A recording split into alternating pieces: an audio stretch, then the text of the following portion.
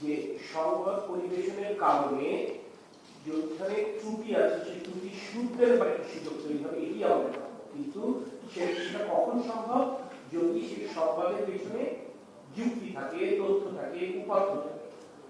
আমরা এই কথাটাই বলছি যে সংবাদ পরিবেশনের সময় যদি এটা ক্রস চেক করে নেওয়া হয়, অর্থাৎ যেখান থেকে আপনারা তথ্যটা পেলেন এখানে আমাদের সংশ্লিষ্ট বিদ্যুৎ বিভাগের যে ইউটিলিটি গুলো আছে তাদের কাছ থেকে যদি আপনারা যাচাই করে নেবেন, এবং এটা নর্মালি সাংবাদিকতার রীতিও তাই যে যদি আমরা কারণ নামে কোনো সংবাদ পরিবেশন করি তাহলে তার কাছ থেকে একটি জানবার করে তার একটি ব্যাখ্যা বা বক্তব্য নেওয়ার একটা ব্যাপার থাকে। এটা করে দিলে ভুল বোঝাবুঝিগুলো কমে যায়। তখন দেখবেন যে আপনি যেটাকে সমস্যা মনে করেছেন আপনার থেকে যে অভিযোগটা এসেছে যদি অর্থনীতি করছে তখন দেখবেন 8টার মধ্যেই আসে ভুল বোঝাবুঝি। আমরা এই কথাটি বলতে চাচ্ছি যত বেশি আমাদের সাথে যোগাযোগটা হবে তত ভুল বোঝাবুঝিটা কমবে। আমরা এই কথাটি বলবার চেষ্টা করছি। এখানে হুমকি মনে করবার কোনো কারণ নেই। কেমন একটি অস্বাভাবিক একটি শব্দ আমার মনে হয় আপনারও এই শব্দ মানে চয়নের ক্ষেত্রে আমার মনে হয় আপনি একটু ভাববেন। আর কি বলতে সরি প্রশ্ন বারবার চেঞ্জ করার দরকার নেই। কেন সব প্রশ্নের উত্তর হয়তো বা আমি দেওয়ার জায়গা নেই, তখন আমাদের বিভিন্ন ইউটিলিটি প্রধানরা কথা বলবেন, ঠিক আছে না? আর আপনি যেটা বললেন যে হটলাইনের ক্ষেত্রে আপনার কাছে যদি সুস্পষ্ট যে আপনি যে 10 জন গ্রাহককে অ্যাড্রেস করেছেন, আপনি যদি এই সংবাদ সম্মেলন শেষে আমাদের কাছে এটা দেন, অবশ্যই আমরা এটা ওয়ার্কআউট করবো, কারণ এটা হওয়ার কথা না। যদি হয়ে থাকে তাহলে যার কিংবা যাদের এই দায়িত্বশীলতার ঘাটতি ছিল অবশ্যই সেটা আমরা দেখব। ধন্যবাদ। না, আপনার কথাটা ঠিকই আছে। বিভিন্ন কারণেই তো আসলে ঢাকার গুরুত্ব বেশি, এটা তো আমরা অস্বীকার করতে পারবো না। স্বাধীনতার 55 বছর পরেও তো আমরা সেই কায়দায় আমরা ডিসেন্ট্রালাইজ করতে পারিনি, সবকিছু তো ঢাকামুখী। সো ঢাকার বাস্তবতা ভিন্ন। কিন্তু ওই সময় যেটি আপনি দেখেছেন যে 300 ভিত্তিতে আমাদের মাননীয় মন্ত্রী মহান জাতীয় সংসদ দাঁড়িয়েও কিন্তু আমাদের বিদ্যুৎ বিভাগের পক্ষে একটা বিবৃতি দিয়েছেন। ওই সময় কিন্তু আমাদের 2টি মেজর পাওয়ার প্ল্যান্ট কারিগরি ত্রুটির কারণে বন্ধ ছিল, যেটি বিবৃতি দেবার পরের দিন সন্ধ্যা নাগাদ আমরা সমাধান করা শুরু করেছি, এবং তারপরে অর্থাৎ উনি বিবৃতি দেবার 36 আওয়ার্সের মধ্যেই মোরলেস আমাদের সমস্যাগুলো আমরা সমাধান করতে পেরেছি। তবে আপনি যেটা বলেছেন অবশ্যই আমরাও চাই যে শহর এবং গ্রামের মধ্যে বৈষম্য না থাকুক। আমি তো আসলে মফস্বল থেকে উঠে আসা একজন মানুষ, আমি রাজধানীর মানুষ না। তো আমি ব্যক্তিগতভাবেও চাই যে শহর এবং গ্রামের মধ্যে কোনো বৈষম্য না থাকুক। বিভিন্ন কারণেই হয়তো বা বৈষম্য সকল সময় দূর করা যায় না, বাট আমরা এই ব্যাপারে সচেষ্ট আছি। ধন্যবাদ।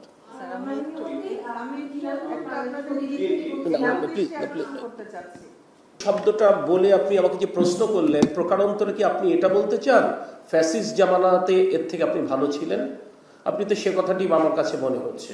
আপনাকে খুব স্পষ্ট করে বলছি, আজকে বিদ্যুৎ বিভাগ যে সংকটে নিমজ্জিত, এটি হচ্ছে ফ্যাসিস্ট সরকারের সময় ভুল নীতির কারণে। এটা আপনাদেরকে বুঝতে হবে, এবং সেটা আমরা ইনহেরিট করছি। মাত্র 4.5 মাসের একটি সরকার, আমরা এটা ইনহেরিট করছি। আমরা খুব সুস্পষ্টভাবে আমাদের পরিকল্পনাটা হচ্ছে আমরা বিদ্যুৎ উৎপাদনের ক্ষেত্রে আমরা স্বাবলম্বী হতে চাই, পরনির্ভরতা কমাতে চাই, এবং আমরা রিনিউয়েবল এনার্জিতে ফোকাস করছি।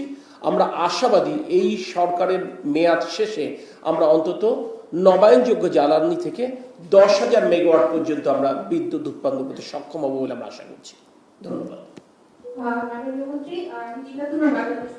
আপনি মনে হচ্ছে জানেন না, আপনি মনে হয় জানেন না, আপনি এমন একটি আচরণ করছেন। আপনি তো জেনেই না আমার কাছে জানতে চাচ্ছেন কেন? আপনি কি ভুল নীতি জানেন না?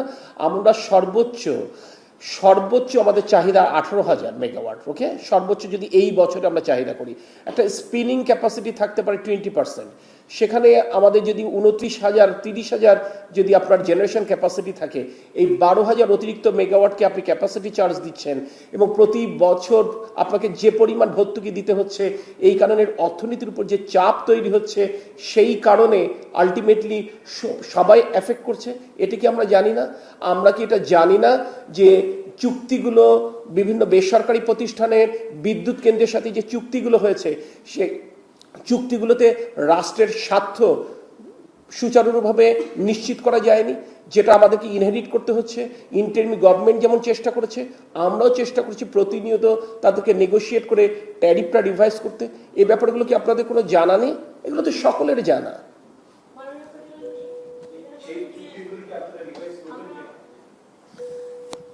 একটা বড় সমস্যা কি জানেন, রাষ্ট্র যখন একটি চুক্তি করে, সভরেন এগ্রিমেন্ট, এখানে আপনার অনেকগুলো সীমাবদ্ধতা আছে। এগুলো বলা যত সহজ, কার্যকর করা ততটা সহজ না। আমরা তাদের সাথে আলোচনা করছি এবং আলোচনায় চুক্তির ত্রুটিগুলো তুলে ধরছি, এবং এর মাধ্যমে আমরা কিছু কিছু করে ট্যারিফ রিভাইজ করছি।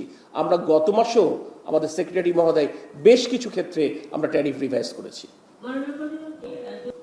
আপনারা তো এমনিতে বাজেটে দেখেছেন, আমরা সোলার প্যানেল স্থাপন করবার জন্য শুল্ক সুবিধা দিয়েছি। ইভেন স্টোরেজ ইনস্টল করবার ক্ষেত্রে একটা বড় ব্যারিয়ার ছিল, একটা বড় শুল্ক ছিল, সেটাও সুবিধা দেওয়া হয়েছে। এরপরেও রিনিউয়েবল এনার্জি নীতিমালা চূড়ান্ত করবার জন্য আন্তঃমন্ত্রণালয় একটা কমিটি কাজ করছে। এই কমিটি অচিরেই চূড়ান্ত প্রতিবেদন জমা দেবে। এরপরে আমি মনে করি যে বেসরকারি খাত রিনিউয়েবল এনার্জি ক্ষেত্রে বিনিয়োগ করবার ক্ষেত্রে উৎসাহিত হবে বলে আমরা মনে করছি।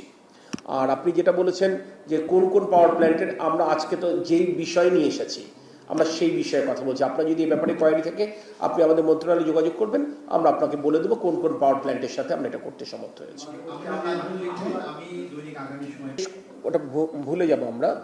প্রথম কথা হচ্ছে আমাদের তো একটা গণসংযোগ বিভাগ রয়েছে, তারা যোগাযোগ করবে। আমি মনে করি খুব সিম্পল কারণেই আপনারা বুঝবেন যে এখানে যারা বসেন তারা সারাদিন অনেক ব্যস্ত সময় কাটান। অনেক সময় একটা জরুরি বৈঠকে থাকাকালীন সময় অনেক সময় ফোন ধরতে পারেন না, বাট অবশ্যই প্রত্যেকটা বিভাগে জনসংযোগ একটি বিভাগ আছে এবং তাদের সাথে আপনাদের একটা নিরবিচ্ছিন্ন যোগাযোগ থাকা সমীচীন। যদি আমাদের এরকম কোনো ইউটিলিটিতে এখানে ঘাটতি থেকে থাকে উইল অ্যাড্রেস। বাট আমি একটি কথা বলতে চাই, এই যে বিল সংক্রান্ত মূল কথাটা কোথায়? মূল কথাটা আমরা যেটা বলতে চাচ্ছি যে যতগুলো অভিযোগ আমাদের গোচরীভূত হয়েছে আমরা প্রত্যেকটা ইন্ডিভিজুয়ালি আমরা অ্যাড্রেস করেছি। আমরা অ্যাড্রেস করতে যে দেখেছি এর অধিকাংশই আসলে ভুল বোঝাবুঝির কারণে। কারণ গ্রাহক অধিকাংশ ক্ষেত্রে করছে কি, মে মাসের সাথে এপ্রিল মাসের সাথে সে তুলনা করেছে। গত বছরের জুনের সাথে যখন তুলনা করছে তখন দেখা যাচ্ছে যে অধিকাংশের সাথে এটা ম্যাচ করছে। এই একটা আন্ডারস্ট্যান্ডিং একটা ব্যাপার আছে। কিছু কিছু জায়গায় আছে যে তার একটি আবাসিক ফ্ল্যাট ছিল যেখানে ভাড়াটিয়া ছিল না ওই সময়, এই সময় নতুন ভাড়াটিয়া এসছে। কেউ জানে না যে নতুন করে দুটো এয়ার কন্ডিশন ইনস্টল হয়েছে, একটা ফ্রিজার অ্যাড হয়েছে। এগুলো অনেকগুলো ব্যাপার আছে। এই সব কিছু যখন আমাদের ইউটিলিটিরা যখন অ্যাড্রেস করেছে দেখা গেছে ভুল বোঝাবুঝি সৃষ্টি হয়েছে। স্টিল এরপরও আমাদের সদিচ্ছা আছে বলেই আমরা স্বচ্ছতার ভিত্তিতে এই জিনিসটা অ্যাড্রেস করছি। আমরা ধরেই নিচ্ছি যে due to human error, due to machine error কিছু ত্রুটি থাকতেই পারে। সেই কারণে কিন্তু আপনারা দেখেছেন আমরা পত্রপত্রিকায় বিজ্ঞাপন দিয়েছি, আমরা টিভির স্ক্রলে আমরা বলেছি যদি এই ধরনের কারোর কোনো ত্রুটি পরিলক্ষিত হয় তারা যেন নিকটস্থ বিদ্যুৎ বিভাগের সাথে যোগাযোগ করে, এবং আমরা কিছু নাম্বার দিয়েছি, আমরা সেটা অ্যাড্রেস করবো। আমরা কিন্তু এটা এই ব্যাপারে আমাদের সদিচ্ছার কোনো ঘাটতি নেই। আর প্রথম যে ব্যাপারটা প্রশ্ন করেছেন তার উত্তরটা আরবি চেয়ারম্যান সাহেব দেবেন। Thank you. প্লিজ আমাকে একটু সুযোগ দেবেন। 132 বার ফোন দেওয়ার পর ওনার পিআরওকে ফোন করেছি, ওনার পিআরও বলেছেন আপনি আমাকে লিখিত দেবেন, একটা অ্যাপ্লিকেশন করবেন। যদি সেই অ্যাপ্লিকেশন আরবি চেয়ারম্যান মহোদয় অ্যাকসেপ্ট করেন এবং রাজি হন তখন তিনি বক্তব্য দেবেন। যে জায়গায় পিডিবি চেয়ারম্যান মহোদয়কে আমরা রাত 3টার সময় ফোন করে পাই বা বিআরসি চেয়ারম্যান মহোদয় ফোন রিসিভ করেন, সেই জায়গায় আরবি চেয়ারম্যান মহোদয় কেন আমাদের সাথে এই সম্পর্কটা হচ্ছে। আর দুই হচ্ছে পেট্রোবাংলার মধ্যে এত গুরুত্বপূর্ণ একটা জায়গায় আজকে প্রায় 2-3 মাস হয়ে গেল চেয়ারম্যান নেই। সেই জায়গাটা মানে পার্মানেন্ট আমরা বিদ্যুৎ বিভাগ নিয়ে কথা বলছি আজকে। তাহলে আরবি চেয়ারম্যান মহোদয় আচ্ছা ঠিক আছে, আমি আপনাকে প্লিজ চেয়ারম্যান সাহেব হ্যাভ পেশেন্স প্লিজ একটু আপনাকে বলতে দিই প্লিজ। মাননীয় চেয়ারম্যান আপনি একটু অপেক্ষা করবেন। সেটা হচ্ছে যে আপনি যে কথা বলেছেন আমি শুনলাম। আমি আপনাদেরকে এটা বলছি যে আমরা চেষ্টা করব আমাদের প্রত্যেকটা জায়গাতে যেন একজন করে গণসংযোগ কর্মকর্তা থাকেন এবং তার মাধ্যমে যেন সংশ্লিষ্ট বিভাগের সাথে আমাদের গণমাধ্যমে যারা কাজ করেন তাদের একটি নিয়মিত যোগাযোগ স্থাপন করা সম্ভব হয়। ধন্যবাদ।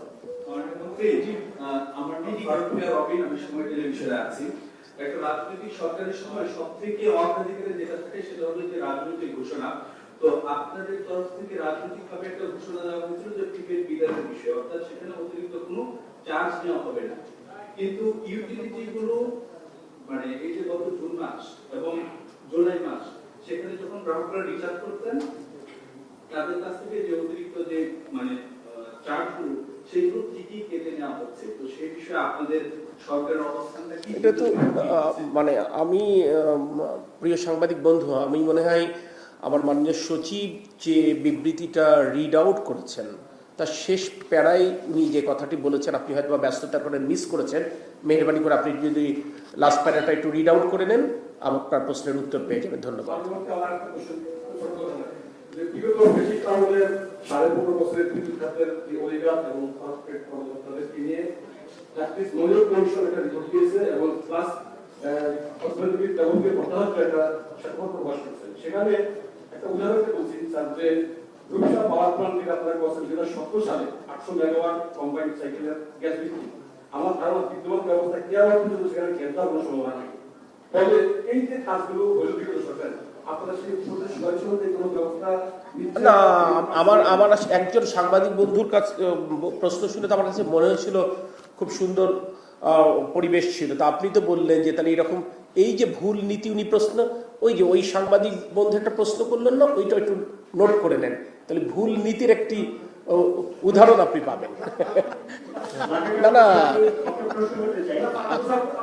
আপনি ভুল নীতি আমি যখন বলেছি আপনি জানেন ভুল নীতি কোনগুলো।